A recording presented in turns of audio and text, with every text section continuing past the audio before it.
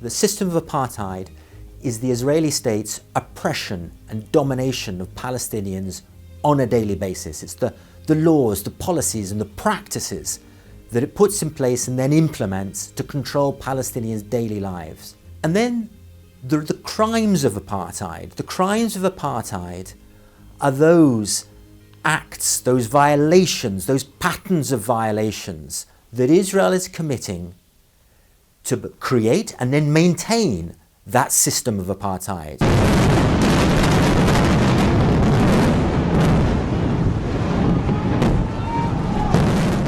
Amnesty International and other rights organisations have been documenting patterns of human rights violations and international crimes for decades. These are the most visible and violent part of this system. At the end of May 2020, 4,236 Palestinians were held in Israeli prisons, and 352, including 2 children, were held without charge or trial. Between September 2000 and February 2017, Israeli forces killed 4,868 Palestinians in the occupied Palestinian territories, including 1,793 children, outside the context of armed conflict. And Amnesty International is not aware of any case in which an Israeli soldier has been convicted of willfully causing the death of a Palestinian in the occupied territories since 1987.